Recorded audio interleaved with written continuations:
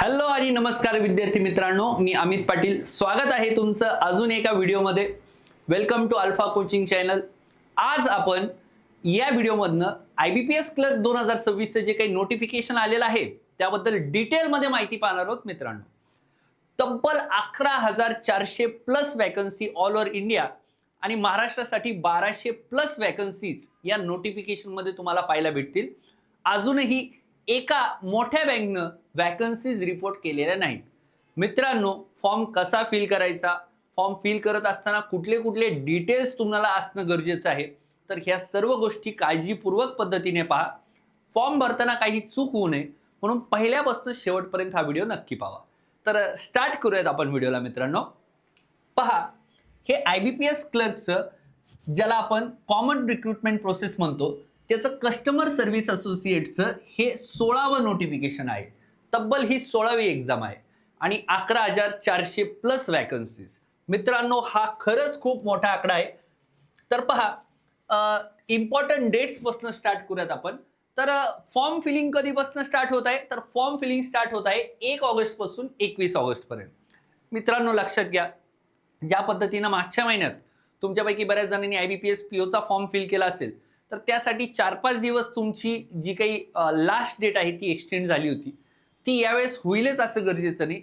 झाली तर वेल and good, नाही झाली तर तुम्हाला मात्र 21 ऑगस्टच्या आतच तुम्हाला फॉर्म फिल करणं गरजेचं आहे।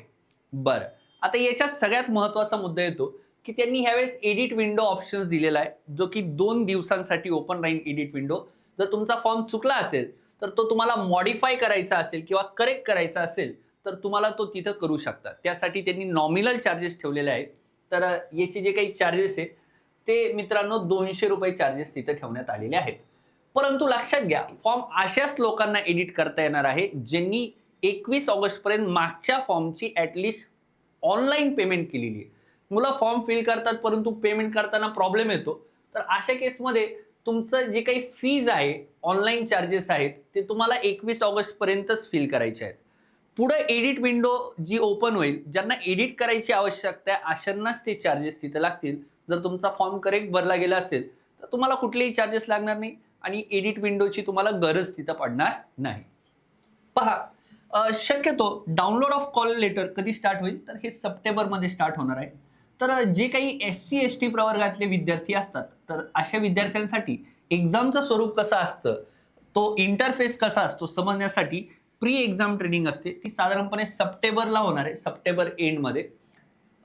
जेव्हा तुमचा लास्ट डेट असतो तिथून पुढे साधारणपणे 40 दिवसानंतर तुम्हाला 40 डेज नंतर तुमची प्री एक्झाम तिथं पाहायला भेटणार आहे। तर ही जी काही प्री एक्झाम आहे ती साधारणपणे तुमची 10 ऑक्टोबरला असण्याची जास्तीत जास्त दाट शक्यता आहे। आता खूप साऱ्या वॅकन्सीज असल्या कारणामुळं ही एक्झाम 3 वेगवेगळ्या दिवशी होईल। तर त्या बाबतीत डेट्स ज्या काही आहेत ती साधारणपणे 10 ऑक्टोबर तिथं असणार आहे। आता नोव्हेंबरमध्ये तुमचे प्री एक्झामचे रिझल्ट येतील मित्रांनो, आणि तुमची मेन्स एक्झाम जी काही होईल ती डिसेंबरच्या सेकंड हाफमध्ये होण्याचे जास्तीत जास्त चान्सेस आहेत। तर अशा पद्धतीने पूर्ण पद्धतीने तुमचं हे टाइमलाईन असणार आहे। सर, आमचे रिझल्ट्स कधी लागतील, तर पुढच्या वर्षीच्या मार्च महिन्यामध्ये तुम्हाला तुमचे रिझल्ट तिथं पाहायला भेटतील 1 मार्च रोजी। मित्रांनो, लक्षात घ्या की पुढच्या वर्षी सर्व बँक्सचं बाय पॅट्रेट सेटलमेंट तिथं पेंडिंग आहे। तर जे काही IBPS क्लर्कचे पेमेंट आहेत ते बाय पॅट्रेट सेटलमेंट नंतर एक 12 ते 13% वाढण्याची दाट शक्यता तिथं आहे। ओके, तर तो पेमेंटचा पार्ट किती असेल, काय असेल, तीही पुढे पाहूयात आपण। पहा मित्रांनो, पुढे पाहत असताना तुम्हाला एक गोष्ट लक्षात येईल, आपण डिटेलमध्ये नोटिफिकेशन मधनच पाहूयात काय काय इम्पॉर्टंट पॉईंट्स आहेत। आता हे नोटिफिकेशन खरं कुठल्याही कॅन्डिडेटने पूर्ण वाचणं गरजेचं असतं। तर याच्यातल्या पार्टिसिपेंट बँक्स कुठल्या आहेत, तर बँक ऑफ बडोदा आहे, कॅनरा बँक आहे, इंडियन ओव्हरसीज बँक आहे, युको बँक आहे, बँक ऑफ इंडिया आहे, सेंट्रल बँक ऑफ इंडिया आहे, पंजाब नॅशनल बँक आहे, युनियन बँक आहे, बँक ऑफ महाराष्ट्र आहे, इंडियन बँक आहे आणि पंजाब सिंध बँक आहेत। त्यात या 2-3 बँक्सचा महाराष्ट्रामधला प्रेझेन्स कमी आहे, परंतु बाकी बँकचा प्रेझेन्स खरंच महाराष्ट्रामध्ये खूप चांगला आहे। तर या हिशोबाने पाहायला गेलं तर महाराष्ट्र स्टेटसाठी तब्बल 1200 वॅकन्सीज इथं सध्याला आलेल्या आहेत। आता या केसमध्ये पहा, स्केल ऑफ पे काय असतो, तर 24,050 हा तुमचा स्केल ऑफ पे आहे आता प्रत्येक बँकचा जो काही बेसिक आहे तो सर्व ठिकाणी सेम आहे, परंतु बँकच्या प्रत्येकाच्या फॅसिलिटीज आणि अलाउन्सेस हे वेगवेगळे असतात. मोठ्या प्रॉफिटेबल बँक्स ह्या चांगल्या पद्धतीने सॅलरी ऑफर करतात आणि ज्या तुमच्या छोट्या बँकेत ज्यांचा रेव्हेन्यू कमी आहे तर अशांची सॅलरी थोड्याशा कमी असतात, परंतु बेसिक मात्र सर्वांचा सेम आहे. तर मग तुमची ही सॅलरी एक 50,000पासून 55-60 हजारापर्यंत व्हॅरी होऊ शकते मित्रांनो. ही मात्र महत्वाची गोष्ट लक्षात ठेवायची बरं का. चला, आता पुढे जात असताना तुम्ही एक गोष्ट लक्षात घ्या. यामध्ये इम्पॉर्टंट पॉईंट काय सांगण्यात आलेला आहे पहा.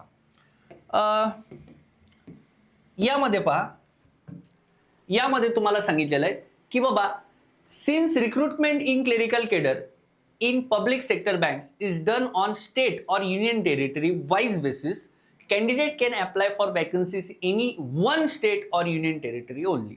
फक्त एका स्टेट मधनं तुम्हाला फॉर्म फिल करता येईल. सर मग मी महाराष्ट्रातनंही फॉर्म भरतो आणि कर्नाटकात जागा जास्त आहे तर मी तिकडनंही फॉर्म भरतो, असं करून चालणार नाहीये मित्रांनो. हा, आता या केसमध्ये पहा, यात त्यांनी म्हटलेलं आहे consequently a candidate would be required to appear for online examination in any of the centers in that particular state or union territory only. याचा अर्थ महाराष्ट्रातनं फॉर्म भरला असेल तर महाराष्ट्रातले जे एक्झाम सेंटर्स आहेत तिथनंच तुम्हाला एक्झाम देता येईल. जर आता होतं असं, काही जण बाहेरच्या स्टेटमधनं फॉर्म भरतात, त्यांना तिथं गॅरंटी असते, जसं की कोल्हापूर सोलापूर भागातले लोक ज्यांना कन्नडा लँग्वेज माहीत असते तर ते लोक कर्नाटकातनं फॉर्म फिल करतात.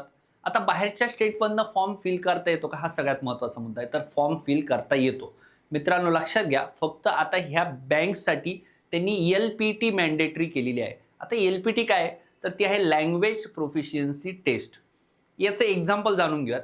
जर महाराष्ट्रातला एखादा कॅन्डिडेट जो कोल्हापूर साईडला राहतो किंवा जळगाव नंदुरबार साईडचा एखादा विद्यार्थी, ठाणे पालघर, ज्याला गुजराती भाषा येते आणि त्याला गुजरातमधनं फॉर्म भरायचा आहे, किंवा एखाद्याला वाटलं की उत्तर प्रदेशमधनं खूप साऱ्या वॅकन्सी आहेत, मी उत्तर प्रदेशमधनं फॉर्म भरतो. आता प्रत्येक स्टेटची ती भाषा येणं गरजेचं आहे. लँग्वेज प्रोफिशियन्सी टेस्टमध्ये लिहिता वाचता यायला पाहिजे. जसं की उत्तर प्रदेशमधली हिंदी जमली पाहिजे, गुजरातमधली गुजराती जमली पाहिजे, कर्नाटकामधली कन्नडा जमली पाहिजे, तेलंगणा आंध्रमधली तुम्हाला तेलुगू जमली पाहिजे. तर हे अशा पद्धतीनं, तर ह्या पद्धतीनं तुम्ही बाहेरच्या स्टेटमधनं फॉर्म भरू शकता. आता जर तुम्ही महाराष्ट्रातले असाल तर तुम्हाला लँग्वेज प्रोफिशियन्सी टेस्ट द्यायची गरज नाही, अनलेस अँड अंटिल तुम्हाला 10वीला मराठी सब्जेक्ट असेल तर. तिथं तुम्हाला जर 10वीला जर तो पर्टिक्युलर सब्जेक्ट असेल तर तुम्हाला लँग्वेज प्रोफिशियन्सी टेस्ट देण्याची गरज पडत नाही. याचं एक्झाम्पल म्हटलं तर गुजरातल्या एखाद्या कॅन्डिडेटमधनं जर महाराष्ट्रातनं फॉर्म भरला आणि त्याला मराठी येत नसेल किंवा त्याला 10वीला मराठी नसेल तर तो काय करेल, त्याला लँग्वेज प्रोफिशियन्सी टेस्ट हे देणं गरजेचं आहे. आता ही टेस्ट जी काय असते मित्रांनो, त्यासाठी कुठलीही बँक 4-5 महिन्याचा टाइम पिरियड देत असतं, रिलॅक्सेशन देत असतं. तर आपण त्याबद्दल पुढच्या एखाद्या व्हिडिओमध्ये डिटेलमध्ये पाहूयात की बाबा कुठल्या स्टेटमधनं आपण फॉर्म भरू शकतो. आणि हा पर्सनल कॉल आहे. मागच्या वर्षीचे कट ऑफ्स कसे होते, काय होते, तर त्याबद्दल आपण बोलूयात. तर पहा मित्रांनो, पुढे जात असताना इम्पॉर्टंट पॉईंट्स कुठले आहेत ते पहा. आता याच्यात त्यांनी नॅशनॅलिटीबद्दल बोललेलं आहे. तुम्ही सिटीजन ऑफ इंडिया असणं गरजेचं आहे. आता ही तर नॉर्मलच गोष्ट आहे, सिटीजन ऑफ इंडिया, राईट.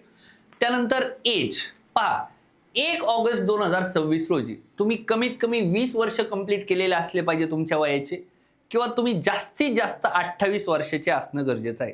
28 वर्ष होऊन एक दिवस जरी पुढे झाला तरी पण चालणार नाही. तर तुमचं बॉर्न डेट काय असली पाहिजे ते त्यांनी खाली मेन्शन केलेलं आहे. ते काय पहा, तुमचा जन्म जो आहे मित्रांनो तो कधीचा असला पाहिजे पहा, 2 ऑगस्ट 1998.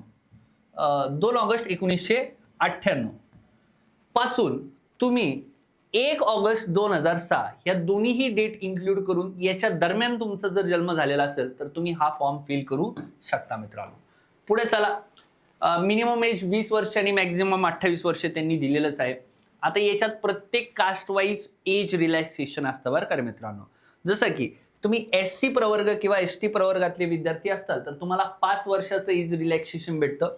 जर तुम्ही other backward classes provided non creamy layer सेक्शनमध्ये असले पाहिजे तर तुम्हाला 3 वर्षाचं एज रिलॅक्सेशन आहे. जर तुम्ही PWD दिव्यांग विद्यार्थी असाल तर तुम्हाला 10 इयर्सचं तिथं तुम्हाला एज रिलॅक्सेशन भेटतं. आणि जे एक्स सर्व्हिसमन आहेत त्यांना त्यांचा सर्व्हिस पिरियड पकडून 3 वर्षाचं एक्स्ट्राचं आणि मॅक्झिमम एज लिमिट 50. बऱ्याचदा काय होतं, माजी सैनिक हे सेवेत असताना त्यांना काही इंजरीज झालेल्या असतात, तर त्यांना 8 वर्षांचं पर्यंत सुद्धा त्यांना आरक्षण भेटू रिलॅक्सेशन भेटू शकतं. आता त्यात बाकी ज्या विधवा आहेत किंवा ज्यांचा डिवोर्स झालेला आहे अशा महिलांसाठी त्यांनी 35 वर्ष ही वयाची एज रिलॅक्सेशन ठेवलेलं आहे जनरल EWS कॅटेगरीसाठी. जर त्याच महिला ओबीसी असतील तर 38 वर्ष आणि SC ST प्रवर्गातल्या असतील तर 40 वर्षांची मॅक्झिमम एज तिथं त्यांच्यासाठी ठेवण्यात आलेली आहे. आता त्यांनी क्युम्युलेटिव्ह रिलॅक्सेशन बद्दल बोललेलं आहे, परंतु तो काही एवढा व्हॅलिड पॉईंट तिथं ठरत नाही मित्रांनो. पुढे जाऊयात. पुढे जात असताना सगळ्यात महत्वाचं काय, आता यांनी इथे एक महत्वाचा मुद्दा दिलेला बरं का. कॅन्डिडेट मस्ट प्रोड्यूस कास्ट और category certificate issued by competent authority in the prescribed format as stipulated by Government of India in case of SC, ST, OBC, non-criminal or PWD category students. आता याच्यात महत्वाची गोष्ट काय माहिती का, SC ST स्टुडंटला state caste validity असेल, state लेवलचं राज्य शासनाचं कास्ट सर्टिफिकेट असेल तरी चालेल, आणि तो फॉर्मॅट आणि सेंट्रल इंडियाचा फॉर्मॅट ऑलमोस्ट सेम आहे. पण प्रॉब्लेम असा आहे ना, स्टेटचा ओबीसी आणि सेंट्रलचा ओबीसी यात तुम्हाला कुठलं प्रेफर आहे तर COBC असणं गरजेचं आहे. आता पुढे त्यात काय काय असतं त्याबद्दलही मी इथं बोलतो मित्रांनो. पुढे चला. आता याच्यात त्यांनी एक महत्वाचा पॉईंट दिलेला आहे, OBC category candidates should submit the OBC certificate on the format prescribed by Government of India containing the non-criminal clause issued on or after 1st April 2026 till the date of document verification. Till the date of document verification. 1 April पासून date of verification पर्यंत तुम्हाला issue झालेलं certificate तिथं produce करणं गरजेचं आहे. In case प्रोव्हिजनली allocated, जर तुम्ही प्रोव्हिजनली अलोकेट झाला तर okay. The candidate should be in position of the requisite OBC non criminal certificate in the prescribe format. Prescribe format असला पाहिजे COBCचा. EWS कॅटेगरीतले जे विद्यार्थी आहेत त्यांना will be valid for the year 26-27 for the financial year 25-26. 25-26च्या उत्पन्नाच्या आधारावर त्यांना 26-27चं non criminal certificate असणं गरजेचं आहे. ओके, चलो आता पुढे जाऊया. पुढे जात असताना इम्पॉर्टंट पॉईंट कुठले आहेत पहा. आता हे PWD कॅन्डिडेट बद्दल काय काय त्यांनी कोर्स दिलेले आहेत तो वाला पार्ट आहे. पुढे जाऊयात. पुढे जात असताना पहा मित्रांनो, इम्पॉर्टंट पॉईंट्सच आपल्याला इथं कव्हर करायचे आहेत.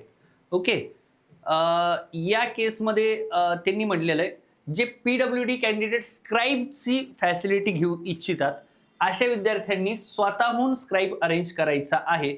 त्याच्यात महत्त्वाचा पॉईंट आहे, the scribe may be from any academic stream. कुठल्याही स्ट्रीमचा असला तरी पण चालेल. ते 1 स्टेप प्लस 1 स्टेप बिलो असं काही कुठं इथं मेन्शन केलेलं नाही आहे त्यांनी त्या केसमध्ये. पुढं जाऊयात. त्यात त्यांनी सांगितलेलं आहे की बाबा फेअर मीन्सने एक्झाम देण्यात यावी वगैरे. पुढे जात असताना पहा मित्रांनो, इम्पॉर्टंट पार्ट आहे. आता इथे त्यांनी म्हटलेलं आहे IBPS reserves the right to conduct re-exam if there is doubt about the genuineness and validity of candidate score or performance. असं वाटलं तर त्याची re-exam सुद्धा IBPS घेऊ शकते. आतापर्यंत असं कुठंच झालेलं नाही की बाबा कॅन्डिडेटची re-exam झालेली, असं कुठंच झालेलं नाही. ओके, चलो. PWD कॅन्डिडेट्स बद्दल गाईडलाईन्स दिलेले आहेत. पुढे जाऊया. एक सर्व्हिसमनची डेफिनेशन त्यांनी दिलेली. हा पार्ट त्या पर्टिक्युलर कॅन्डिडेट्सला चांगला माहीत असतो. EWSच्या केसमध्ये त्यांनी काय दिलेलं पहा, person who are not covered under the existing scheme of reservation to the scheduled caste, the scheduled tribe and the other backward classes and whose family has gross annual income below 8 lakh are to be identified as EWS for benefit of reservation. मग त्याच्या EWSचे criterias त्यांनी तिथं दिलेले आहेत. हे almost सगळ्यांना माहीत असतात EWSचे क्रायटेरियाज. आता एज्युकेशनल क्वालिफिकेशन हा खूप महत्त्वाचा मुद्दा आहे मित्रांनो पहा. तर 21 ऑगस्ट रोजी, नीट लक्षात घ्या बरं का रे, हा पार्ट मी खूप हायलाईट करून सांगतोय.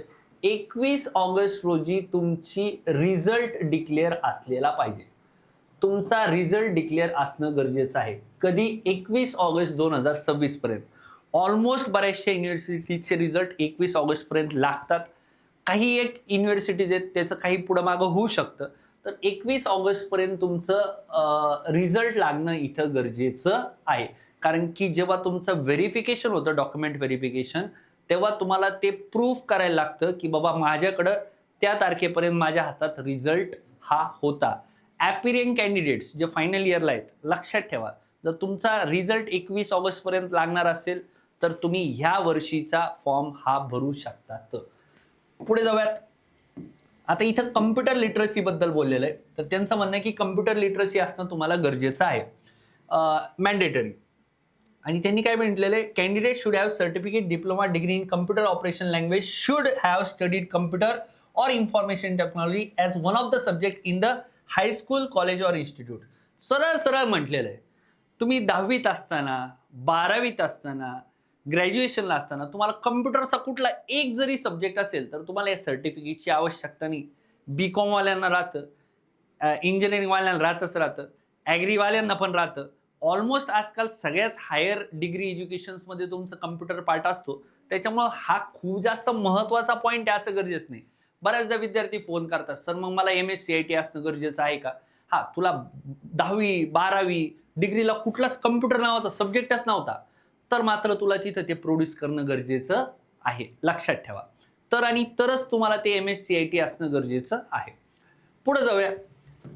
पुढे जात असताना इम्पॉर्टंट पॉईंट काय पहा, कुठल्याही युनिव्हर्सिटीचा, कुठल्याही रिकॉग्नाइज युनिव्हर्सिटीचा असला तरी पण चालतंय. ओपन युनिव्हर्सिटी चालते, रिकॉग्नाइज युनिव्हर्सिटी चालते, डिस्टन्स लर्निंग आपण ज्याला आपण ओपन युनिव्हर्सिटी म्हणतो, चालतंय ते मित्रांनो, तुम्ही फॉर्म भरू शकता. त्यांनी काय म्हणलेलं आहे, proper document from board oblique university for having declared the result on or before 21 August 2026 has to be submitted at the time of joining. जॉईनिंगच्या वेळेस तुम्हाला असं एक डॉक्युमेंट प्रोड्यूस करायचे ज्याच्यात असं मेन्शन केलेलं आहे की तुमच्या युनिव्हर्सिटीनं किंवा तुमचा मार्क मेमो तुमच्या हातात 21 ऑगस्ट किंवा त्याच्या अगोदर आलेला असला पाहिजे. 21 ऑगस्टला जरी रिझल्ट लागला तरी सुद्धा ते दिवशी तुम्ही फॉर्म भरू शकता. पुढे जाऊयात मित्रांनो. पुढे जात असताना फॉर्म फी 175 रुपये आहे कोणासाठी, SC ST PWD, ex serviceman आणि जे डिसेबल्ड आहेत त्यांच्यासाठी, आणि 850 रुपये बाकीच्या अदर विद्यार्थ्यांसाठी. पुढे जाऊया. आता याच्यात प्रीचा जो मागच्या वर्षीचा पार्ट आहे तो जसाच्या तसा कंटिन्यू केला गेलेला आहे. 30 क्वेश्चन 30 मार्क 20 मिनिटांचा वेळ, 35 क्वेश्चन 35 मिनिट 20 मार्कांचा वेळ, 35 मिनिट 35 क्वेश्चन 20 मिनिटांचा वेळ, असा एका तासात 100 क्वेश्चन आणि 100 मार्क्स तुमचा पेपर पॅटर्न तुम्हाला प्रीचा पाहायला भेटणार आहे. सेक्शनल कट ऑफ्स असतात का, तर हो, सेक्शनल कट ऑफ्स असतात. मागच्या वर्षी असं झालं होतं, बऱ्याच विद्यार्थ्यांचे इंग्लिशचे सेक्शनल कट ऑफ निघले नव्हते मित्रांनो, आणि एवढ्या साऱ्या वॅकन्सी असून सुद्धा त्यांना त्या संधीचं सोनं करता आलेलं नाही.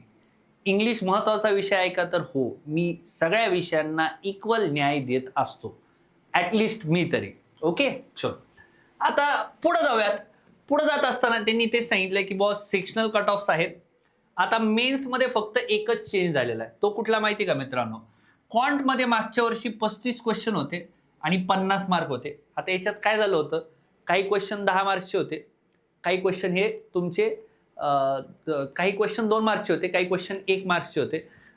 15 क्वेश्चन होते 2 मार्काचे आणि उरलेले 20 क्वेश्चन होते एका मार्काचे. आता त्याच्यात ते काहीतरी चेंज करतील. शक्यतो मला तरी असं वाटतंय सगळेच क्वेश्चन ते 1.25 ला ठेवतील असे चान्सेस कमी आहेत, पण मग 2 मार्काची संख्या कमी करतील. मे बी असं करतील किंवा 10 क्वेश्चन 2 मार्काचे, 10 दुनी 20 मार्क, आणि बाकीचे 30 क्वेश्चन हे 1 मार्काचे, तर ते 20 आणि 30 50 मार्क्स तिथं होतात तुमचे. तर फक्त वेळ 35 मिनिटाचा आहे, लक्षात घ्या. आता हा ओव्हरऑल पेपर मागच्या वर्षी 2च तासात होता. फक्त आता इथं काय झालं माहिती का, 5 मिनिटं एक्स्ट्राचे वाढले आहेत. इथं 30च मिनिटात मागच्या वर्षी क्वेश्चन सोडवायचे होते, त्यांनी 5 मिनिटं इथं वाढवले आहेत. आता होतं काय माहिती मित्रांनो, की बाबा बऱ्याचदा विद्यार्थ्यांचं आता ह्यावेळेस तर वेगळं प्रकरण असेल, कारण की मागच्या वर्षी बऱ्याच विद्यार्थ्यांनी पहिले IBPS क्लर्क मेन्स दिली होती आणि ती झाल्याच्या नंतर लगेच IBPS क्लर्क मेन्स होती. SBIचा पॅटर्न वेगळा होता, IBPSचा वेगळा होता, राईट. त्यामुळे विद्यार्थ्यांना ती सवय होणं गरजेचं आहे. तर आपण याबद्दल बोलणार आहोत. आता ह्या मेन्सच्या बाबतीत अजिबात लोड नाही घ्यायचा. रिजनिंगला 60 मार्कांचं वेटेज आहे मित्रांनो, 40 क्वेश्चन 60 मार्कांचं वेटेज, वेळ फक्त 35 मिनिटांचा आहे. टीम अल्फा तुमच्यासोबत नेहमी आहेत. आमचे जे काही मेन्सचे सेशन्स होतील, दर्जाच्या विद्यार्थ्यांसाठी आपण जे काही मेन्सच्या मॉक आपण परत स्टार्ट करणार आहोत, त्या बाबतीत तुम्ही निश्चिंत आणि निवांत राहा. तुम्हाला बेस्ट ऑफ द बेस्ट पद्धतीनंच तुम्हाला तिथं सगळ्या गोष्टी प्रोव्हाइड करण्यात येतील. ओके गाईज, चलो पुढे जाऊयात. पुढे जात असताना पहा मित्रांनो, आता इथे त्यांनी कुठली मीडियम ऑफ एक्झामिनेशन इथे दिलेलं आहे. आता महाराष्ट्रासाठीच फक्त पाहायला गेलं तर इंग्लिशमध्ये पेपर होतो, हिंदी, मराठी आणि कोकणी असे ऑप्शन्स अवेलेबल आहेत. जे लोक फर्स्ट टाइम पेपर देत आहेत लक्षात ठेवा, जो कुठलाही क्लेरिकल लेवलचा पेपर असतो तो इंग्लिश लँग्वेजमध्ये येतो आणि लोकल लँग्वेजमध्ये सुद्धा येतो. हे मात्र लक्षात ठेवणं गरजेचं आहे. पुढे जात असताना पहा मित्रांनो, तुमचं जेव्हा तुम्ही एक्झामला जाल तुमच्याकडे व्हॅलिड कॉल लेटर असणं गरजेचं आहे. बाकी stamp copy of ID proof, right, pre एक्झामच्या वेळेस म्हणजे तुमचं आधार कार्ड असेल, ड्रायव्हिंग लायसन्स असेल, लर्निंग चालत नाही तिथं, Aadhaar card, driving licence, PAN card, nationalise बँकचं पासबुक, तर हे सगळ्या गोष्टी तुम्ही एक ID प्रूफ म्हणून तिथं ठेवायचं आहे. फोटो आयडेंटिटी प्रूफ ठेवायचा आहे. हा एक पार्ट आहे एक्झामिनेशनचा जायच्या वेळेस. आता याच्यात महत्त्वाचे पॉईंट मला डिस्कस करायचे. कट ऑफ स्कोअर एक्झामिनेशन, मेन्सला सुद्धा कट ऑफ स्कोअर तिथं देण्यात आलेला आहे. काय म्हणतो मी, मेन्सला सुद्धा कट ऑफ स्कोअर तिथं देण्यात आलेला आहे. ओके, चलो. आता यांनी म्हटलेलं आहे marks obtain in the online main examination only will be considered for the final merit list. Final merit लिस्टच्या वेळेस फक्त मेन्सचेच मार्क कन्सिडर होतात, बाकी काही नाही. इंटरव्ह्यूचा पार्ट इथं करण्यात आलेला नाही. मेन्स ही 200 मार्कांची जरी असली तरी त्यानंतर 100 मार्कात कन्वर्ट होऊन तुम्हाला फायनल कट ऑफ तिथं लावण्यात येतो. पुढे जाऊया.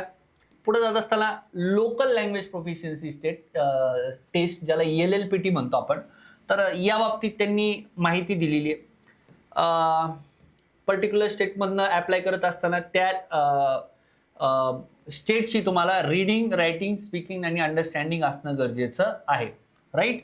आता candidates who produce 10 standard or above marksheet, म्हणजे 10वीला नाही 12वीला होतं तरी पण चालतं, certificate evidencing having studied the specific opted local language will not be required to undergo the language test.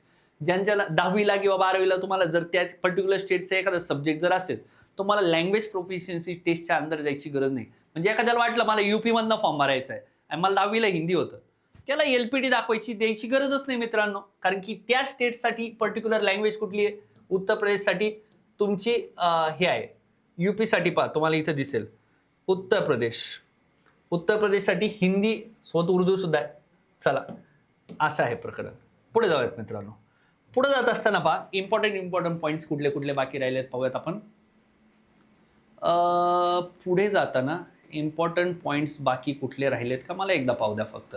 I think हे बऱ्यापैकी आपण पाहिलेलं आहे.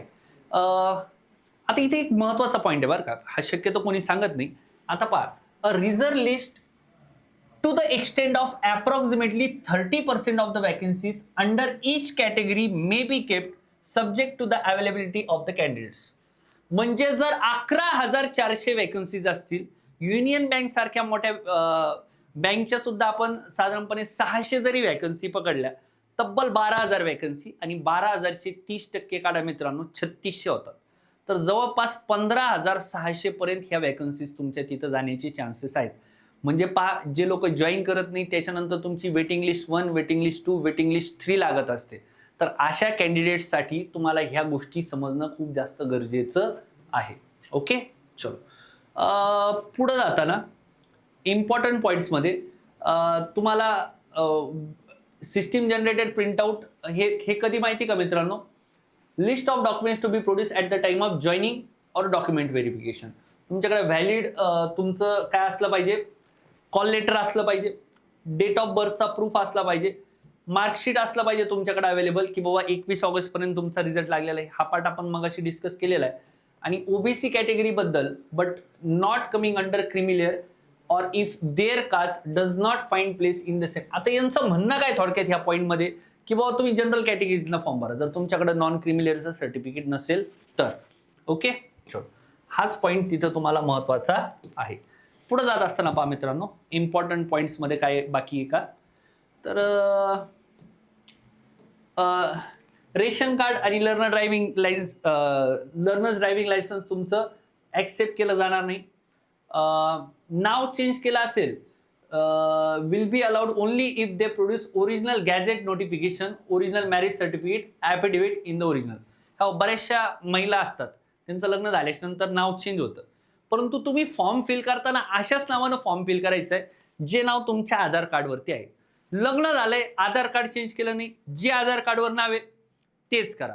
शेवटी तुम्हाला जॉईनिंगच्या वेळेस किंवा एक्झामच्या वेळेस तुमच्या सोबत ॲफिडेविट ठेवणं गरजेचं आहे. आता तुमचं नाव जर चुकीचं झालेलं आहे, सपोज चुकलंय फॉर्म फिल करताना, तर तुम्ही काय करा मित्रांनो माहिती आहे, हा फॉर्म फिल करताना मात्र तुमचं जे आधार कार्डवर नाव आहे त्याच नावानं फॉर्म भरायचा बरं का मित्रांनो. जरी तुमच्याकडनं काही तुमच्या पर्टिक्युलर आयडेंटिटी कार्डवर जर तुमचं नाव चुकलेलं असेल तर सोबत ॲफिडेविट घेऊन जा एक्झाम सेंटरला, त्याशिवाय एंट्री तुम्हाला भेटत नाही.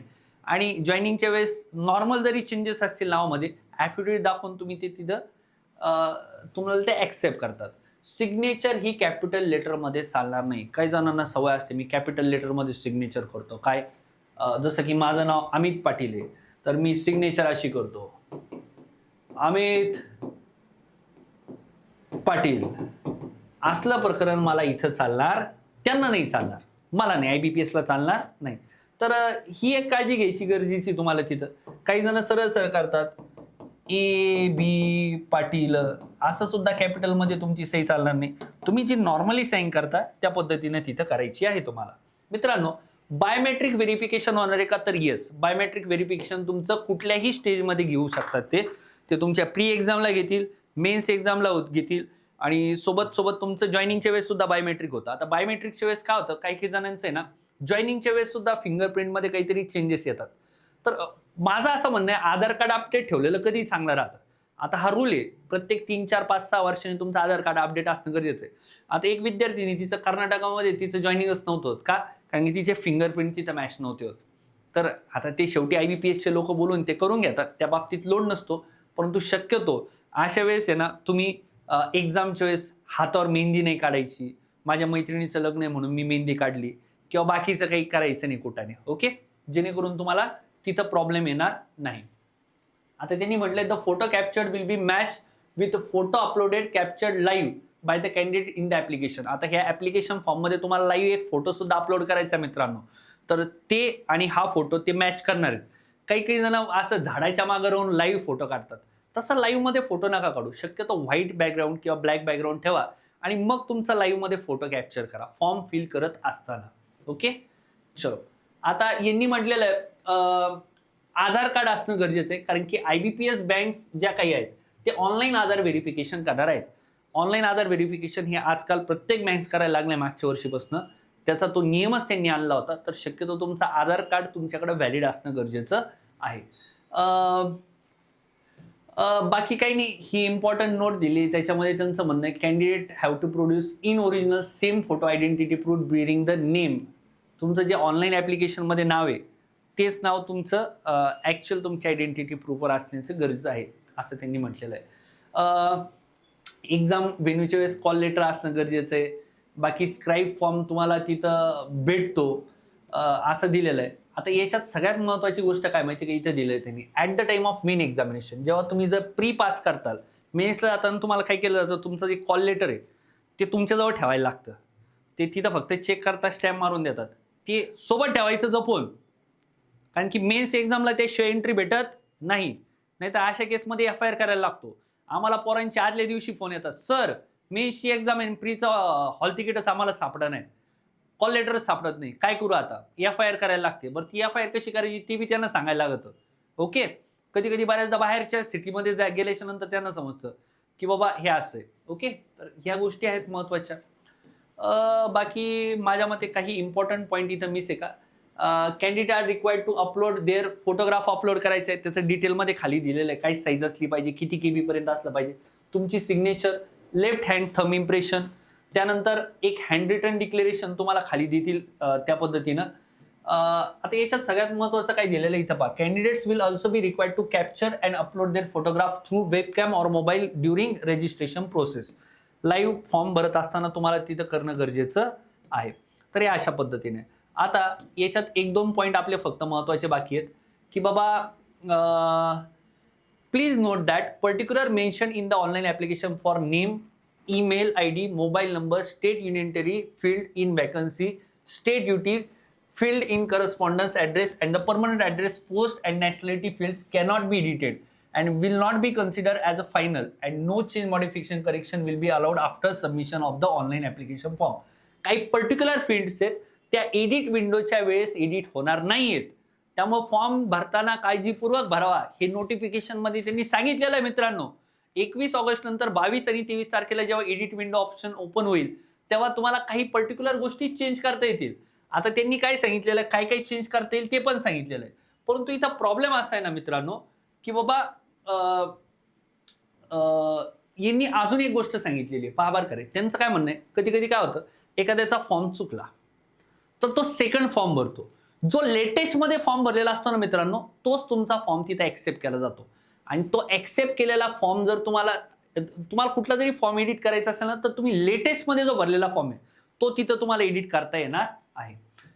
मोबाईल नंबर, ईमेल आयडी, तुमचे जे काही फॉर्म फिल करताना तुम्ही भरलेले आहेत ते तुम्हाला सोबत त्याचा पासवर्ड माहिती असणं गरजेचं आहे. तो मोबाईल तुमचा चालू ठेवला पाहिजे.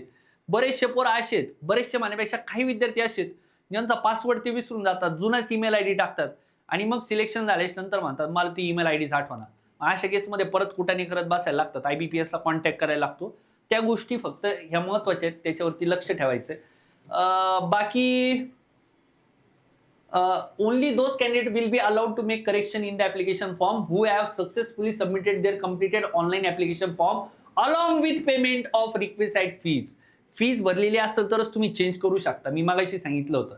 आता तुम्ही काय करू शकता चेंज, अर्लियर कॅटेगरी ही असेल तर तुम्ही याच्यामध्ये चेंजेस करू शकता आणि ह्या कॅटेगरीज असतील तर तुम्ही याच्यामध्ये चेंज करू शकता जर तुम्हाला वाटलं तर.